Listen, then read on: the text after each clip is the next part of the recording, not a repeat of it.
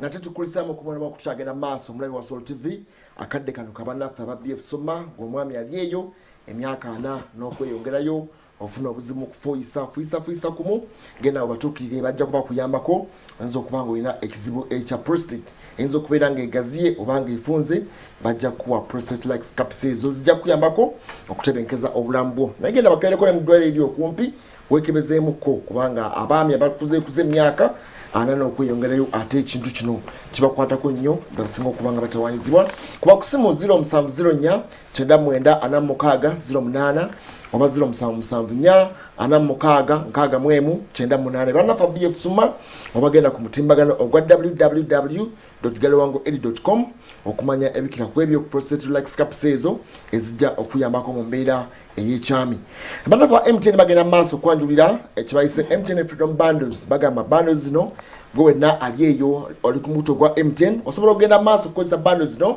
ezitaliko komo genda oteeke okutuukira ddala ku bundles za GB 40 bw'oba ogenze mu MTN My MTN App Store eyo oba MTN My onyumirwe app ejja kubanga ekuyambako okussaako bundles zino ezitaliko komo akadde kona zikose nga tupakuka kubanga tezijja kubanga zigwako bebanafa ba MTN abagamba everywhere you go atenga bale ngamizo kitongole ekya Uganda Communications Commission ate ekyokunywa kya mukama nayamba abamu ne headmaster bikyaliyo mu supermarket yo nekuliranye obedduuka eri kuli okumpi yitirayo ojeyo akacupa onyweko kalungi nnyo eri obulamu bwo eri omubiri gwo kajja kubanga kayamba omubiri gwo kwasaganya ebirungo oba oliawo byofiirwa mu bulamu buno obw'okukakaaluka n'okwa bulijjo ate nga endya tetuukana na mutindo oba oliawo ogw'okuzzaawo ebirungo ebyo byobeera omaze okuba ng'ofiirwa mu mubiri okumanya ebisingawo Dr. Sam ojja mukubira ku simu zino wammanga naye ng'ebyokunywa bino byakakasibwa ekitongole ekivunaanyizibwa ku mutindo mu ggwanga ekya UNBS kitegeeza nti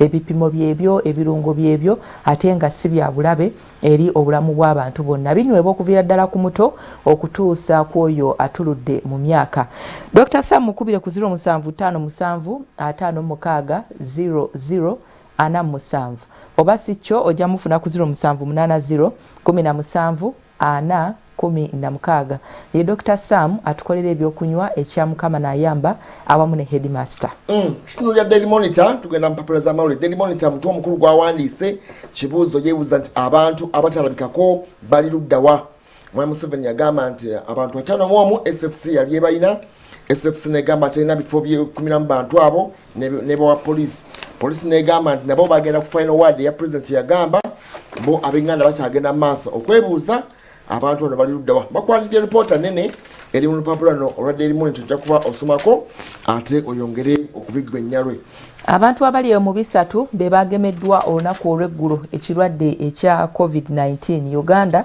nayo yatandise okugema yatandise ne minisita waffe ow'ebyobulamu Dr. Jane Ruth Aceng era nga abantu banene abagemeddwa babadde bava mu bitongole mbu ebyenjawulo okusinziira ku lupapula olwa Daily Monitor afulumye enkya y'olunaku luno olwaleero naye bagamba nti abamu kubasinza okuteekebwako eriiso bebo abantu abasukka emyaka 5 egy'obukulu giba gya bukulu ekyo okay wano government ewandiise bagambye nti basindikidde eggwanga erya Kenya okwemulugunya kwabwe ku nsonga ya kasooli tugenda bbira bawali mu mulamwa gwaffe ensonga ya kasooli erabika nga enfuusa akagulumbo Kenya bwe yayimirizza kasooli yenna ava mu ggwanga erya Uganda n'eggwanga erya Tanzania minisita wuno awandiise nga balaga okwemulugunya kwabwe agatoyinza kubeera kusinzira ku motoka emu n'ogamba nti bonna bayimirire tebagenda maaso kubanga bayingiza kasooli ate ensonga z'ababaka wano abakilaasi zetubyogeddeko wali eri ensonga ya mukyala Ruth Nankabirwa nampala wa government wuno nabo bagiwandiseeko wano ababaka abagenda okubeera mu parliament y'omulundi gwa 11 bagenda kubeera n'otuula lwabwe ng'ennaku z'omwezi 20 omwezi ogwokutaano mutandika okugula engatto n'engoye zemugenda okubeera nga mwambala ebyo byonna byakusaaliza abakadde abaakubwa mu kalulu kakati balina okwerwanako balabe nti nabo wakiri tebaviiramu awo ensonga y'okuvuba ebyennyanja ebito ekute wansi ne waggulu mu ggwanga kakati waliwo ebbago eriteekebwateekebwa nga lino bwe linaaba lifuuse etteeka ebibonereza ebirimu bigenda kuba bikakali okukira ku ebyo ebibaddeyo byonna kulaba nti bataasa ebyennyanja okubanga tebivubwa nga bikyali bito waneno bagamba nti poliisi yakutte 40 mu kibiina ekya NUP abamu ku bawagizi mu Kampala 40 bebayoleddwa ojja bisanga mu lupapula lwa Daily Monitor afulumye enkyawunaku n'olwaleero. Ate wano ekitongole ekiwoze ekyomusolo kigamba nti enkola eno eya digito ebayambye nnyo okutrackinga oba okukebera ebintu ebyo ebitatuukiridde ebigenda maaso okuteekebwa katale. Bagikozesa wano bakulaga engeri batrackingamu nga basinziira ku serial namba z'ebintu ebyo okulaba babituukana n'omutindo. Akakiiko k'ebyokulonda mu ggwanga kaganye ebibadde byogerwako mbu bagende mu maaso n'okubanga bakola auditing oba nga beekenneenya ebyo ebyava mu kalulu ak'omwaka 2021 bagamba nti ebyo bwe bityo bwe byali ffe twamala ogwaffe. Ojja bisanga mu lupapula luno olwa Daily Monitor afulumye enkyayo olunaku luno olwaleero. Kale katulabe ono bwino era nabyawandise wano omutwe omukulu babuuza kibuuzo anaalayira oba tajja kulayira ebiri mu plani ya Besigye okwasa Bobi Wine People's Government. Gavumenti neddamu negamba nti byagala okulemesa okulayira kwa Museveni va wakanga olaamye. Gavumenti yegambye gwe mutwe omukulu oguli mu ono bwino ekibuuzo anaalayira oba tajja kulayira. Akasatiro ebitongole bya security byetemyemu Minister Odongo ayogedde ebitiisa ojja kubisanga mu ono bwino afulumye ekyawunaku olwaleero. Lwaki federo tekyasoboka looya akwekudde ebyama byonna biri muno. Kiwanda agamba ki ba minister abagwa mu kalulu bagende balunde embaata n'enkoko befunire kasente. Baba nabakeedi balojja engeri COVID-19 wa Drake Lubega Nabukera ne Kirumira babalemesezza Kampala ojja basomako wano ate boda bajjeno batabukidde ewa Museveni ne basuuza ragadi diiru. Aba NUP batabukidde Lukwago mu KCCA entabwe evudde kuki ojja bisangamu obujozi bwa Nabiira babuwandiiseeko mu lupapula lwa bwino ono bwino amaze okufuluma. Uno agenda maaso kulabika nti bongera okutunulira abanoopu abawangudde ebifo bali ku kigezo ojja bisomako kigezo kyebogerako wano ono bwino alina byonna ajja kubeera nga abikumalirayo ojja kugula olupapula lunaawo birenga oyongera okumanya tugenda kufunikira awo nnyini ate tugende tulabe munnaffe the Kafixa Saalongo atugamba ki olwaleero mu kanyumero kaffe kano kumanya ekidduka kyo tulabe ate bwe tukomawo tujja tugenda mulamu gaffe tereevu naye katusooke tulabe Saalongo the Kafixa kyatugamba ate ku kidduka kyo gwe naavuga ekidduka akanyumero kakwatako bulungi nnyo okumanya enkwata y'ekidduka kyo katudde katono nnyo ate oluvannyuma lw'obubaka buno.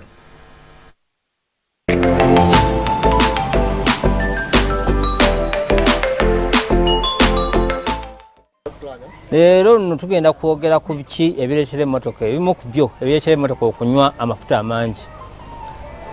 Tutunulidde zisensa tujja kujja tuzisomako zisensa. Naye oyinza okugenda ku sikaani nekulaga nti sensa zonna ki namu n'akicweta. Naye tulina ebintu ebimu sikaani byetalaba. Kati nga bikwetaagisa ggwe nga makanika ozuule nti emmotoka eno ekoze kiki ekigireetera okunywa amafuta. Pulaaga zino zisobola eno ye pulaaga yaffe. Pulaaga eno esobola okuba nti nno mpya naye nga quality gy'otaddemu si yeyina okugenda mu mmotoka yo. Gwe n'owooza kimu nti emmotoka nywa amafuta naye nga pulaaga gye wateekamu nnafu. Nga mu kyo kitegeeza nti efulumya omuliro mutono nnyo kwogwo ogwetaagisa okwokya amafuta eri munda. Oyinza si kyo kyokka, oyinza okuteekamu pulaaga nga mpya naye nga pulaaga eyo ebuguma mangu nti emmotoka bw'eba ewoze emmotoka esobola okuwa hard start neegaana okumalayo nti nno nga quality yayo si nnungi. Pulaaga eyinza okuba nga nkadde neereetera emmotoka okuba nti efuna hard start. Pulaaga esobola okubeera nga kagaapu wano kagezze gaapu ya wano working gaapu eno esobola okuleetera emmotoka okukola ki okunywa amafuta. So mu kyo tugezeeko nnyo okumanya emmotoka zaffe ddi tetukoze pulaaga zaffe ziri mu mbeera ki kijja tuyambako okukendeeza okukola ki okunywa amafuta. Naye ate era ne pulaaga yennyini esobola okubeera ennungi naye tulina gye tuyita koyiro. Koyiro eno esobola okuba nga yenfu. Koyiro eno yereeta amasannyalaze agagenda ku pulaaga oba omuli spaaka introducinga spaaka ku pulaaga. So koyiro eno bw'ebeera nfu kompyuta esobola ogiraba nti koyiro ki nfu. Naye suppressor tulina kano tejja kukalaba nga kompyuta. kati gwe makanika kikwetagisa okuba n'obukugu okumanya suppressor yange njipima ntya oba high tension lead njipima ntya okulabika nti neyevaako ki emmotoka. Era mu mbeera eyo nti nno kikwetagisa emmotoka y'oluusi tetuganye n'onoonya omuntu ategeera obulungi emmotoka naddazi n'emmotoka ez'amasannyalaze. Ate naye bw'oba onyumya naye wulira ki kyagezaako kukuganga muli mu mboozi eza bulijjo osobola okugeza n'omanya nti ono kyayogerako ndowooza. Ate ebintu bino ku intaneti kwebiri. Omuntu bw'oba olinasobola okukozesa intaneti osobola okusoma ku mmotoka yo n'omanya n'olema kugenda wa muntu anaakufera. So twewale ensonga bingi ebireetera emmotoka okunywa amafuta byo bingi naye neeno omu ku nsonga ki esobola okuleetera amafuta. Katukomawo tujagenda tubalaga ebirala ebireetera amafuta okunywebwa nga mangi.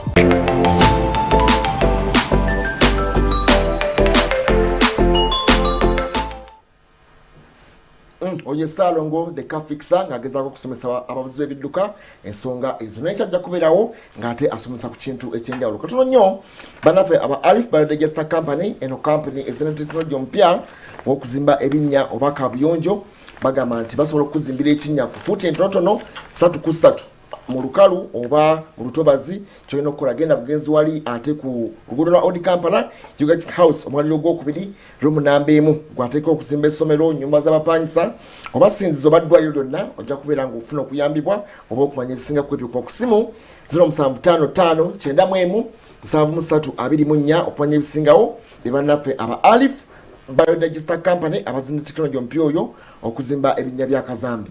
Weewaawo olususu bwe luba nga lukutabuseeko ekizigo ekya Clear and Glow kyekiriwo kati kyekiyinza okuyambako okuluzigula ne lutemagana ne luba nga luweweevu ate nga lwakaayakana. Ate gwe ayina olususu nga weewaawo si kusoomozebwa naye nga weebuuza otya bw'oyinza okulukuuma nga lulinga bwe luli sinakindi n'okukirako nga bw'otunula kati weesiga ekizigo ekya Clear and Glow. Ekizigo kino kigenda ku buli nsusu zonna, omweru, omuddugavu, owakataketake ne langi endala zesoogeddeeko. Osobola ddala okwesiga ekizigo kino wabula kye kikola kukunyiriza bunyiriza awatali kukyusa oba kutataaganya langi yo.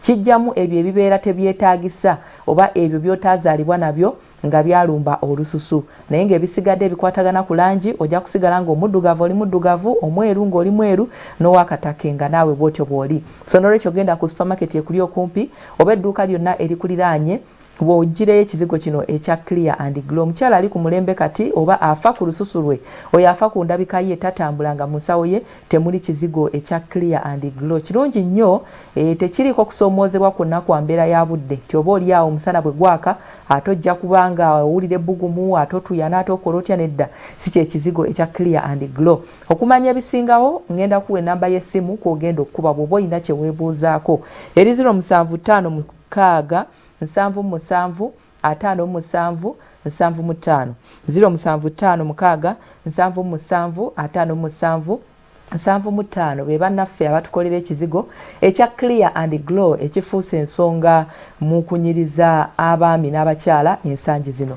Mu mbeera embannaffe aba YoTV channels bagenda maaso okwonjukiza gwe wenna alina essimu ya smartphone nti osobola okugenda maaso okugifuula olutimbe gaggadde oba okubeera TV yo. Kyolina okukola genda bugenzi mu App Store odownloadinge app eno ya YoTV channels okulabika nti osobola okulaba amawulire ebyemizannyo telemundo ne firimu ez'enjawulo gatera okuwuliza radio naye ng'osinziira ku simu eyo ey'omu ngalo ate gwali ku mukuto gwa MTN.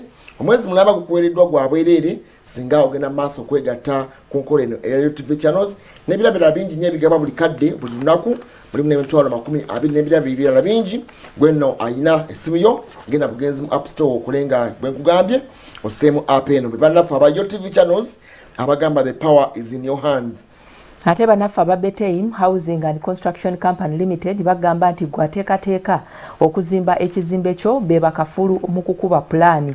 Abantu baneeno bakulaakulanya estates, bazimba entindo, bazimba amayumba ate nga bazimba amasundiro g'amafuta n'ebizimbe ebirala byonna byonna kasita kiba nga kikwatagana ku ky'okuzimba kikwase bannaffe aba Beteim Housing and Construction Company Limited. Bano emirimu gyabwe gye bakola giri ku mutindo gwa nsi yonna nga wetwogerera kaakano era bagenda maaso n'okubaako n'abo be bakolako. So n'olwekyo nawe bw'onaaba olina obwetaavu tiimu yaabwe ennene erina abantu abamala besobola okusindika mu bitundu eby'eggwanga ebyenjawulo okugenda mu maaso n'okuba nga bakwasaganya emirimu egyo. Kakati gwe naawe ayagala okuwabulwa ku nsonga ez'ebyokuzimba, abantu banene ba consultants, so n'olwekyo tuukayo, basangibwa wali eri Kitebi okuliraana Kitebi Bright Primary School mu bitundu by'emutundu awo Lubaga Kampala wojja okuba nga obasanga. Okumanya ebisingawo ngenda kuwa ku namba z'essimu osobole okuba nga okubirako ku Mwami Medad akubuulire oba mukwasaganye ensonga eyo yennyini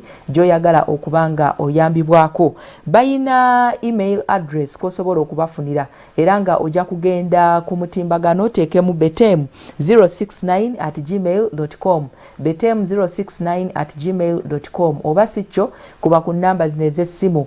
Esooka eri 0705 53 0489 0705 53 0489 ate eyokubiri eri 0778 ya MTN 35 33 27 0778 35 33 27 be banaffe aba Beteim Housing and Construction Company Limited. Awo wenyini watugenda kugendera mulama gwaffe olwaleero omulama gwe tugenda okwogerako ke kasatiro akaliwo ku boda wali ebusiya eri bannaffe abatwala kasooli mu ggwanga erya Kenya. Eggwanga erya Kenya lyalangira ku nkomerero ya wiiki ewedde ku Lwomukaaga oba ku Lwokutaano ne bagamba tebagenda kukkiriza mmotoka yonna oba munnayuganda yenna kubanga ayingiza kasooli.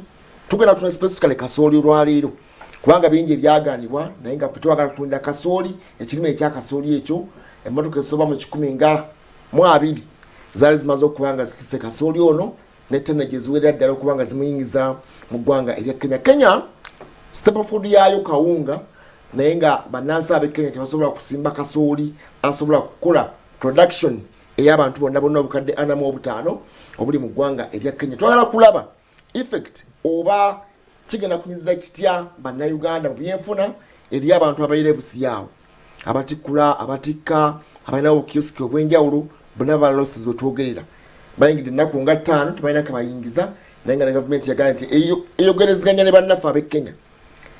Ebibuuzo bikyali bingi nnyo lwaki Kenya yagenze mu maaso okubanga egaana kasooli wa Uganda era mukadde kano ebbanga lyonna abadde nga bayingiza kasooli ono.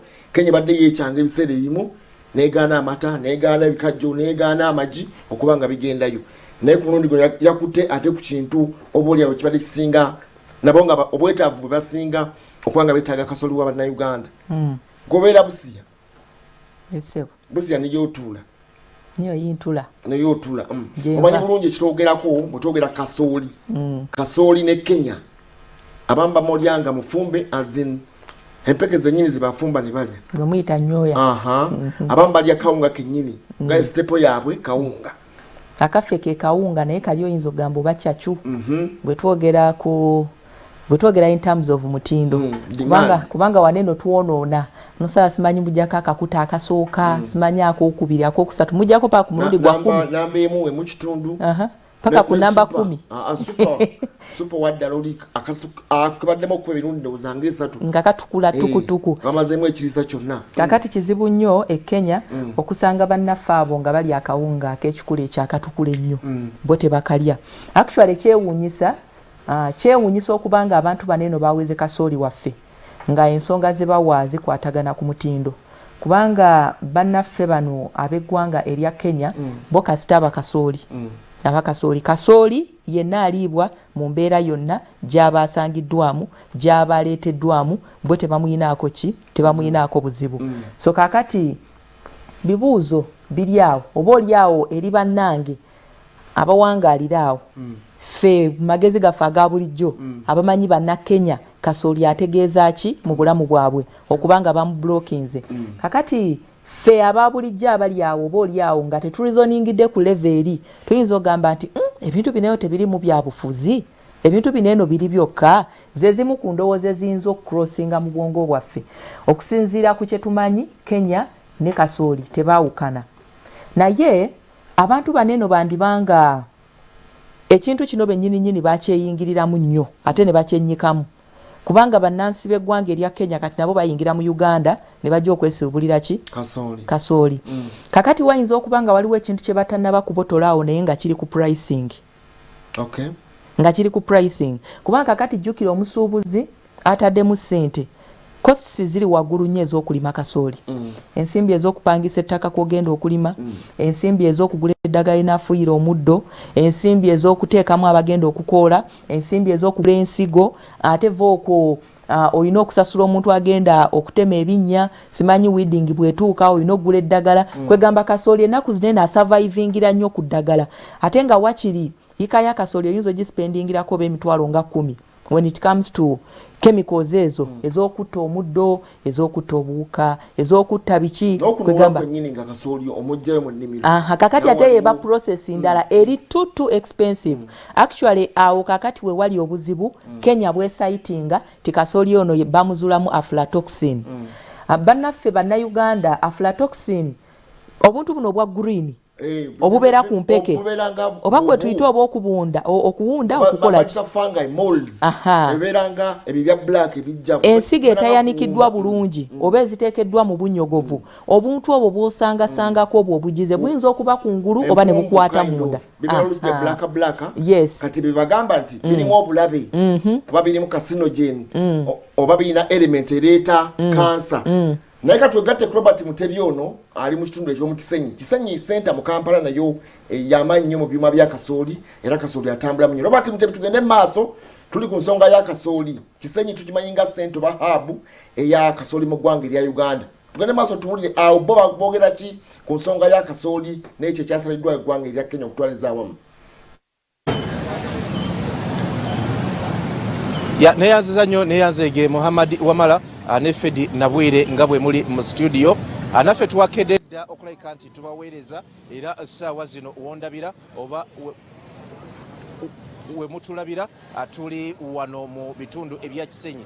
Omuntu bw'oyogera ku Kisenyi bintu bingi ebikujira mu bwongo naye ate mu mbeera gye tulimu kati mu ggwanga e Uganda bw'oyogera ku Kisenyi ate omuntu obwongo butandika ogenda ku serious butandika ogenda ku mpeke butandika ogenda ku kasooli butandika ogenda ku kawunga. Emabega wange nga bw'olaba waliyo emmotoka ezo z'olaba zonna zikubyeko ensawo eza kasooli nga bw'oziraba ate era bw'okkiriza amaaso wonna stretch nga bwekirira olaba nti ate waliwo emmotoka eza fuso n'emmotoka endala ezitikka nga zonna zikubyeko ensawo za kasooli. Ziva luddawa zigenda luddawa ekyo nja kuba nkimanya naye ekisinga obukulu yembeera eriwo kati nti eggwanga erya Kenya ate lyaweze kasooli okuva mu ggwanga erya Uganda oba olyawo n'eggwanga erya Tanzania nga bo bagamba nti kasooli wa bulabe kasooli alimu obutwa n'ebiringa ebyo nti tasobola oba olyawo akuliibwa bannansi baggwanga eryo.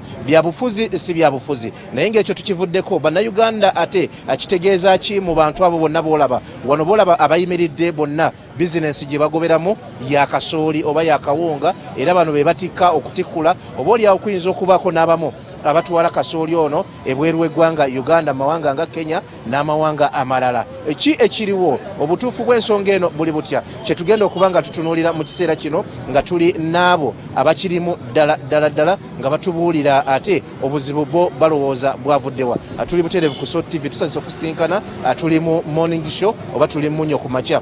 Bannayuganda sooka obabuuzeeko otubuulire ku mannya go ate oluvannyuma tutandike ku nsonga enkulu eya kasooli naddala ku nsonga eyo ebyavudde Kenya.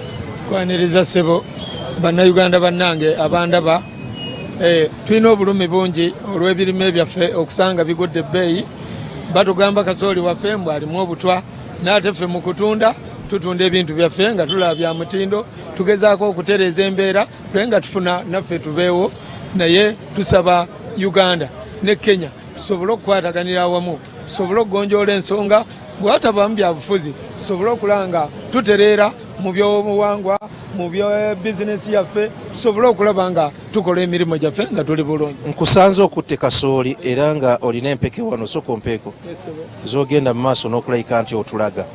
Munnayuganda akulaba ssaawa zino yandagadde okumanya kasooli gwe mutunda e Kenya oba kasooli agenda e Kenya alinga ono gwendaba oli wanjawulo. Bw'atyo bw'ali ssebo bw'atyo bwafaanana mukama wange kubanga ono ndaba mulungi. Mazima kasooli waffe ne bw'omulaba mu nsawo ne bwe tuba tupima bannakenya babaawo era tulonda kasooli waffe nga mulungi tubawa kasooli waffe nga tumanyi wa mutindo naye tetumanyi kiva ku ki okutugambya ate si wa mutindo. Gwe otundako kasooli e Kenya? Nedda ssebo, nze ntundira wano mpeereza bana Kenya ne batikka ku trailer nga bwe batwala. Ssebo, process eyo ebeera etya ey'okumujja wano ogenda ku nsalo n'okuyingira eri? Bizinensi mugitambuza mutya? Ffe tutundira wano, tukolera wano mu katale kaffe akeeno, Nateete, Kisenyi, everywhere wano wetutundira bannakenya ne batugulako ne tubatikka ne batikka ku trailer ne batwala. So ebyongerako ate mbasimanyi nfuna yaabwe eri naye nga ffe tutundira wano ate kye tubawa ne balondamu ekirungi. Ssebo, bwe baba bajja kasooli wano mulinamu nti eno namba emu, eno namba bbiri, eno namba ssatu? Yes, tuyinamu namba emu, eno ebeera namba emu gye baba baagala eya white. Nze tuyinamu namba bbiri ebeerako red tip, eyo bagatugamba Kenya tebajagala naye ng'ensigo eyo batugamba bo bali balowooza mbu eriko obutwa, so si butwa, ebeera nsigo eriko ka red tip. Ate ffe mu byuma red tip ebaako akantu akamyufu. Zeeni wano ate ffe mu byuma etukolera bulungi nnyo, tugijjamu bulungi era akawunga okusinga ate empeke eno enjeru ennyo. Naye ng'eri batugamba baagala eya white ebakolera bulungi nnyo mu kulyawo bakufumba empeke ng'eyo nungi nnyo. So kye bava balondamu batugamba nti eno ekola, so ne tulondamu ne tumanta eno namba emu ne namba bbiri. Ese wayinza okubeerawo obunafu mu kukungula nti oba kasooli wa Uganda bamukungula mangu olugira n'ayonooneka?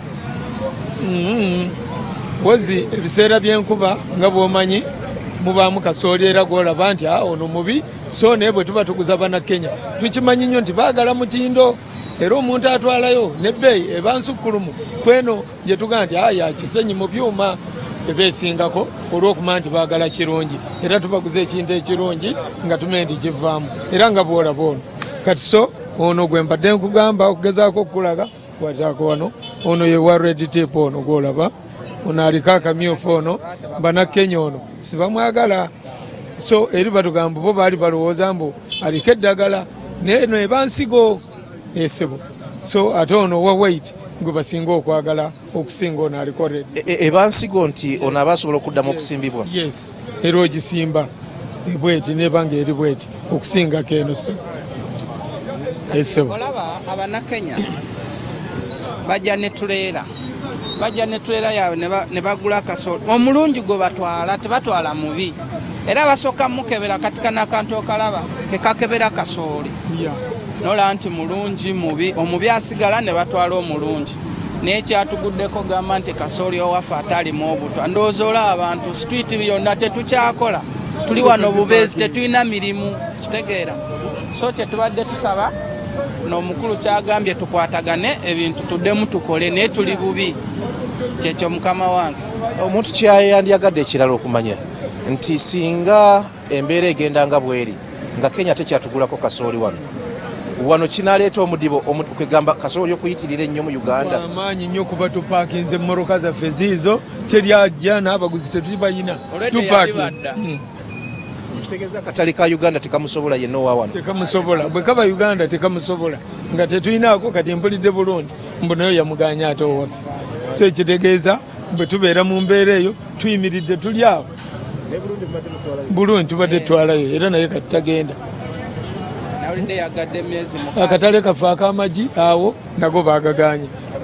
Watermelon mpulidde nazo baaziganye, amata gaffe baagaganye. So tubeewo tutya nga bannayuganda ate nga bo bannakenya ebyabwe babireeta ne batundira wano kaloti, miyembe, so ebintu byonna. So nsaba nti bagonjoole ensonga eggwanga Kenya ne Uganda tusobole okukwataganira awamu tulabe ensonga ereeta ekintu ekyo tugimalewo, tusobole okukwatira awamu tubeere bulungi. Nga tunaatera okumaliriza, mwali mwebuuzizaako ku basuubuzi bannammwe Kenya buzibu bwe buva? Bano abajja ne babasuubulako bo tebannababuulira nti bannatubuulira nabo ensonga era balinga ffe.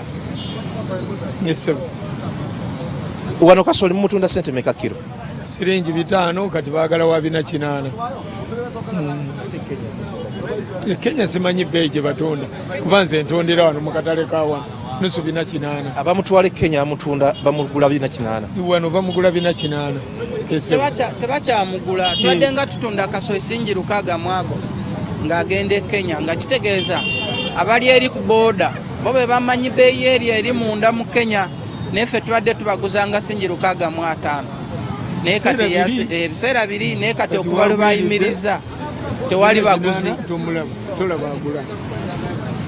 Tweyanziza Muhammad Wamala n'abagenda mu maaso n'otulaba Fedi Nabwire n'abalala embeera yeeyo eri wano mu Kisenyi nti batandise dda oba oliawo emaali yatandise dda okubatuulamu kubanga obutale buzigaddwa tebalina kakati we batunda kasooli ono akatale ka Uganda nga bw'omuwulidde tekasobola kusustaininga production yonna nga bw'eri mu Uganda.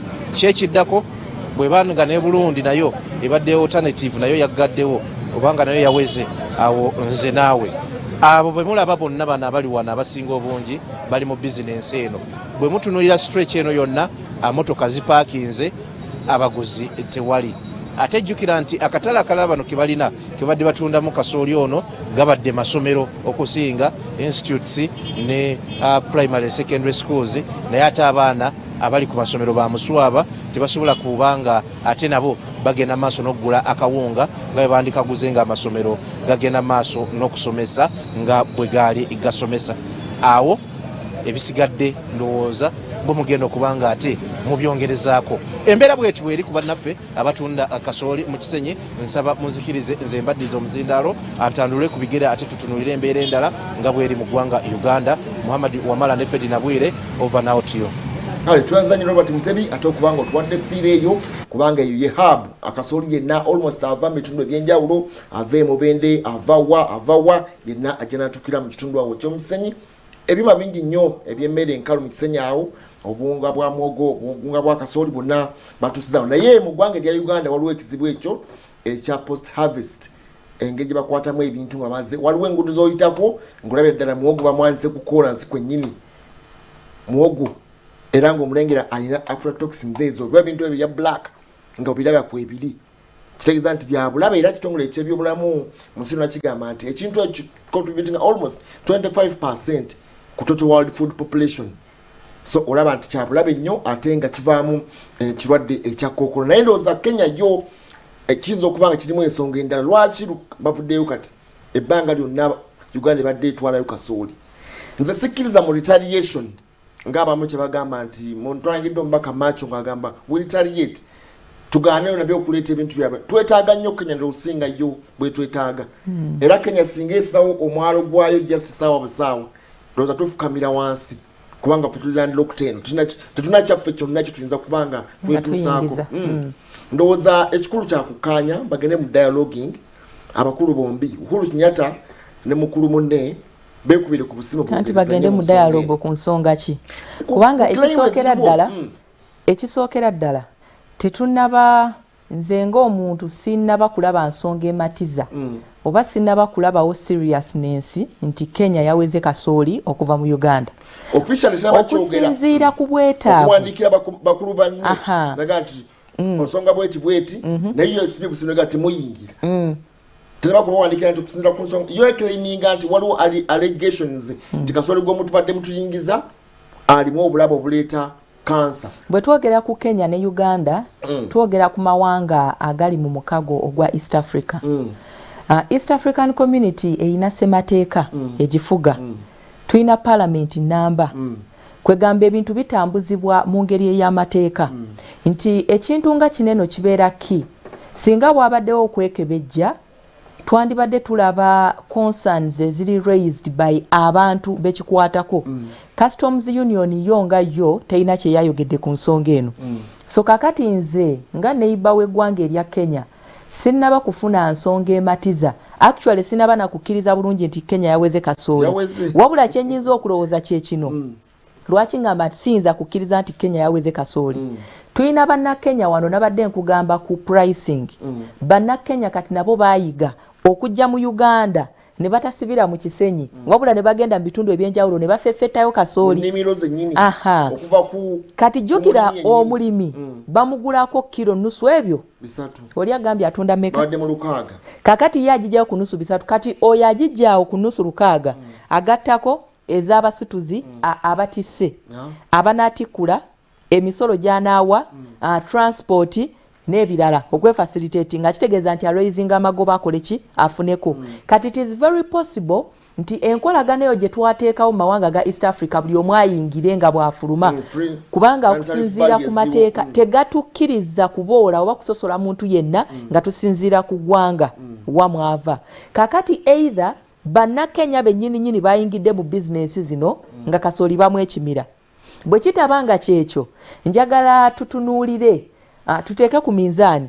bannayuganda mba njogera ku babisaati nga nze abalima kasooli mu byalo naffe ne twagala tumutunde ogeraageranye ku bamusigansimbi ebiro bino nabo abalima kasooli tulina bamusigansimbi muno nga balimira ddala kasooli muyitirivu nnyo n'ogamba nti yi waneno waliwo ekyuma ekikola juisi wa kasooli naye ng'ate tebabye-establishinga kakati ne feeling endala gye nnyinza okubaamu nayo oba gye nteebereza ng'oggyeko ekyokuba nti bannakenya kati beefeffettera kasooli mu byalo ebisinga wandibanga waliwo abantu ab'olubatu abakutte akatale ako mu ngalo meka kakati nga kasooli oyo yakola ki yayingirawo eyo enkola mu bizinesi bulijjo ebeerawo eyakankufiirize nze mpitewo so kubanga tosobola kugamba nti quality ya kasooli mbi quality ya kasooli mbi naye twandibadde tulaba alipoota ezifulumye ne kasooli ng'omutulaga naye tomutulaze nti wuno muki yes bulijjo be bakolagana nabo kakati ekisooka bannakenya okuyingira mu butale okugenda mu nnimiro okwegirayo kasooli baazuula munnakenya akyawa nnyo omuntu amukuba enjawulo bwe bunafu bwabwe kakati bo balabira ddala nga ndowooza baali bababba if at all bwe kiba nga si ekyo abantu sekinnoomu abakutte akatale nga kasooli ono asobola okuba nga ayingira nabo bavuddeko ki bavuddeko obuzibu so kakati ensonga ezo bbiri nsaba bannaffe palamenti ebyekennenye naddala omubaka waffe Macho ensonga zinene azitunulemu mu ngeri ya kisajja kikulu so si kugoinga emotional nti naffe tugalewo kubanga Kenya mu butongole tennafulumya kiwandiiko ekyo ekigamba nti kasooli wamwe tetukola ki unlike banaffe ab'e Burundi abavuddeyo ne bagamba ffe tukizudde ministry number negamba nti okumala ebbanga lya myezi 6 tetwagala kasooli tetwagala buwunga bikola ki biyingira naye bya Kenya biri awo bityo ekitongole eky'omutindo mu ggwanga erya Uganda kyagamba nti kyasatifyinga company ezitwala kasooli mu ggwanga erya Kenya ziri company 23 bo bagamba nti company 23 teri company ya complaininze kitegeeza nti kampani 23 teri ya complaints kitegeeza nti kampani ezo 23 ziyingiza kasooli waazo yagenda kati edogoba ku ekikono mu mbeera eno abadde ayingiza kasooli adibe nga tali mu kampani zino 23 ezakkirizibwa ayithe banga emabaga wonna abadde adiiringa ne middleman oba ali makati awo kasooli n'ayingira gwagala okuba ekikono mu mbeera eyo aveewo bakole protection eya company 23 zino eziri officially certified okubanga supplying kasooli mu ggwanga erya Kenya kubanga oba si kyo nga waliwo cold war olutalo olw'ekimpowooze abina ebintu nze ndaba nti bya Uganda ffe tulina okubyesootingira kubanga n'abasuubuzi abo batugambye nti Kenya yagambye ekola ki erinda Uganda omanyi lwaki waliwo okulaajana ennyo mu kadde kano substitute y'amasomero tewali tibanamusupplying eyo bw'otunuulira kubanga waneno Uganda batutendereza nnyo okuba hospitable tiffe tukyasinze okubudamya abantu naye kakati weewuunye emmere esinga okukonsumingibwa mu nkambi ezo abakasooli naki nabijanjaalo naye kakati weewuunya nti lwaki tuba tetusobola kusapulayinga bintu bino mu bantu baneeno abanoonyi b'obubudamu nti engeri tenda gye zigabibwamu waneeno mu bannansi tekiri feya waliwo engeri ba investors gye batiitibizibwa ennyo okukira ku bannayuganda akataye ne kakolaki so kakati okusinziira ku dimandi ya kasooli bannakenya gye balina nze ng'omuntu wa bulijjo neiba waabwe nze ndowooza nti teyinza nakwetantala kugamba adde eddakiika n'egyo tikasooli tumuweze kubanga we bagenda eyo mu byalo nayogedde ku nnamba emu simanyi bbiri meka naye bannakenya bagula kasooli ne bagulira ddala n'oligolaba nti alimu obuwuka ye babeera balina ekyomumukozesa buli kasooli balina ekyomumukozesa kakati ekintu kinene ababaka baffe balina okutuula beekenneenye akadde kano kituufu tewali kasooli ayingira mu ggwanga erya Kenya yala bo bagamba completely tebalina kye bayogedde kyembadde kugamba nti bandibadde ba raising concern ate n'okusinziira ku mateeka agafuga ebyensuubulagana wakati w'amawanga gano agali mu mukago gwa East African Community tokeera bukezi ku makya n'ogamba nti kati nze nzigaddewo ensalo kino sigenda kikkiriza kati awo kitegeeza nti ne kooti yaffe ennafu kiveeko ndowooza kubanga bano baggalawo nakati bakyagaddewo teri yabagamba anti nsonga lwaki betwayogera basayininga endagaano memoranda ne bazikolako omuntu yagaana okugula ensalo kati ekyo kindeetera okulowooza nti ate abakulu bennyini abatukiikirira mu kintu kino be bali mu geemu zino eza up and down kubanga ekintu kineno singa kibadde completely nga kiri innocent nga tekiriimu factors ndala twandibadde tulaba nga batandise dda oba oliawo okulaga obutali bumativu abakulembeze baffe naddala akasooli yavuddeyo naga nti wawandike protest note okwemulugunya okwekandagga mu mbeera eno babawandikire munaffe Uhuru Kenyatta ne trade ministry ya Kenya naye nga gwe mugenda okuwandikira nga tanadeclaringa mu butongole ako si kazannyo kakugamba nti katuzanye naye ajja gamba ompandikira otya ku kintu kyesitategeera kati mwemufukamidda nti ku maviivi ekintu kibayinze mugamba oli ali mu kweraga oba oliawo tanaba kuwandika officially nti kasolwe mwe tumuweze naye abavunanyizibwa customs abali awo bagaye temuyingira era ebimotoka biri stranded awo biri stuck awo kati abantu okufiirwa ennaku ezo nazonna tanaje eri awo yonna yonna kamwandike protest note mubagambe mwandikire abakulu officially mutunyonyole kyensuubira ne lab samples kasoli gwe mwatestinze afaanana atya kyensuubira kwe kuba nti bannaffe banene abadde batwala kasooli mu bungi ye kasooli eyawereddwa naye ate baneno babutale bano ababadde bakakkala byawaawo bo bakyagenda maaso n'okukola ki n'okutradinga naye ensonga y'okuba nti kasooli omungi eyawereddwa okuyingira tulina okulowoozaamu bino we bijjidde nga season etuuse sinakindi waliwo abaatandika dde okuharvestinga ki kasooli kakati kasooli w'ebiro bino takyayina order season ziri ze mwalinga mumanyi ezo waliwo ensigo empya ezaleetebwa nga zo zikulira ku bijimusa zo zikulira ku waliwo awo ebintu tukwe bizikulira ng'ate zirina ebbanga kasooli ono mwalina okutundibwa singa aba ali harvested kitegeeza nti kasooli oyo ebbanga eryo bwe liyitako aba agenda kwonooneka kakati ssente ya musigansimbi aba alaba nti agisudde mu ttaka kakati ako kandibanga oba oliawo kakodyo kuba kasooli waffe ono abasuubuzi gwe babadde batulaga ye mupambanyi ayinza n'okubeera mu sitoowa eyo n'awangalawoko emyezi egikola ki egiddawo naye oli kasooli tomunyumiza ebyo kakati ate byebyo bannaffe banene abamusimba mu bungi betugamba bamusigansimbi bayinza obutaba babweru wa ggwanga yokka bwe tugamba bamusigansimbi ne mu Uganda namwo musobola okuvaamu kakati bw'otunulira kategori eyo ey'abantu abo bandibanga balina ekyabwe kye baagala kiyitewo naye nga in this case babonereza bannayuganda kale tusiibula akadde kaweddeyo ate tulina okubanga tujjukiza abantu dakiika emu tube nga ate tuvaawo wano njagala kusaba naddala ababaka bekikwatako abava mu bitundu awo ebyebusiya njagala kusaba paliamenti yaffe ey'eggwanga ensonga eno obutagiteekamu feeling bw'ovaayo n'ogamba nti naffe tuggalewo naffe tuwere oba olabika nga ayina ekintu ky'okugira ky'otayagala kibeere exposed kituleetera ffe okweraliikirira ensonga entuufu ey'okukwatamu kasooli ono yandibadde katusituke tugende naffe ku nsalo tulabe Kenya bwe batennaba kuvaamu mwasi katugende ku nsalo waneno tulabe kituufu ddala ekituufu kyekiriwa ku nsonga ezoogerwa omuntu wa bulijjo jjukira nti akubiddwa nnyo ekibuga kakati kikalu abasuubuzi tebakyaliyo ku street abaliko mulaba beeyiya obwetaavu bukute wansi ne waggulu kitegeeza nti obwavu mu muntu wa bulijjo ate we munaamulemesa akatono kabadde akola akakasooli oba ebirime mujja kuba muyitirizza mikwano tufundikiridde awo ne tugamba ndowooza ekitongole eky'omutindo mu ggwanga UNBS ne bali kwataganye ne bateekawo ndowooza testing gundi yennyini ku boda wennyini UNBS terina na kyeyanyeze bateekawo nti bakeberera bwe beeraawo anyhow kale katuweka tugenda kujjukiza abasajja n'abaana abagendanga maaso okulya emmese mu biseera eby'omuggalo ogwali omuzibu ennyo wadde nga akadde kano okukebera n'okuwa vaccine kutandise mu butongole kale katubeere nga tukujjukiza embeera eyo tugenda kuba tufundikira wano akadde kano kennyini tukwagalize akadde akalungi tujja kuddingana lunaku olw'enkya naye katukujjukize ku baana abo embeera bwe yayinga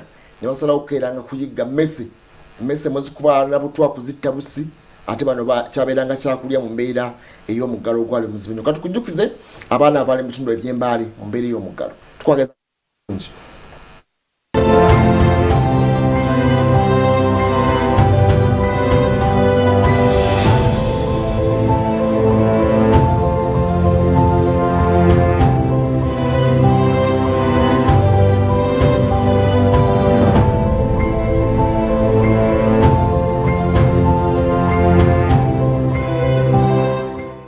Hapa kuchika hivi tukukula hadi chakula hakuna nyumbani. Katukujjukize ku mbeera ereeteddwa ekirwadde kya COVID-19 eyatussa abantu okulya emmese embale mu Kikalamojja. Bano beekwasa eky'obutaba na mmere olw'ekkoliga eryali kakongoliro eryava mu April wa 2020. Hii panya ya msituni. It is so nice. Anyway, I'm eating this because of hunger in the area where I am. And really, our working place is closed. Now, this is my food now, in the bush. Abantu bano bakeeranga bukeeza okuyiga emmese okuli abakulu n'abato era nga bazirirayo. Era ne maluka twapakinga kati tugenda mwezi nga gumu n'ekitundu naye kinewunyisiza okusooka okulabirira ababoda luusi bo beegombako ne kago naye ffe twapakinga ziri awo ffe tebatuloozaako wadde kilo 10 oba kilo 5 ez'akawunga naffe tulina famire mukaaga ngenda kubalisa kwota gavumenti etuyamba ekintu ekiriyo ngeri kuyamba muntu wa bulijjo ŋŋanze kuba bulijjo nvuga piki amafuta ngula nsasula ssente efuna omusolo ate gompe kwota emu n'abaana mukaaga ngenda kubalisa kwota.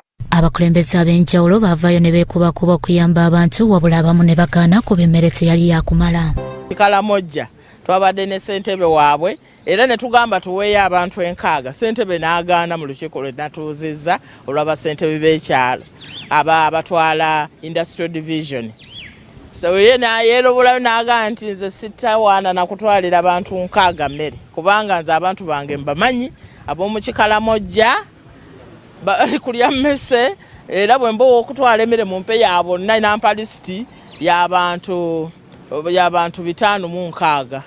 Tulina ebizibu bingi abazeeyi bajja mu maka gaffe bajja ku ofiisi era kati ku ofiisi tetukeerako kubanga bwe tugenda ku ofiisi osanga abakadde batudde okuba bafunye mbu bali kufa enjala. Kati ebintu ebigamba nti mu kyalo tuli bulungi tetuli bulungi tuli bubi bantu bali kufa enjala.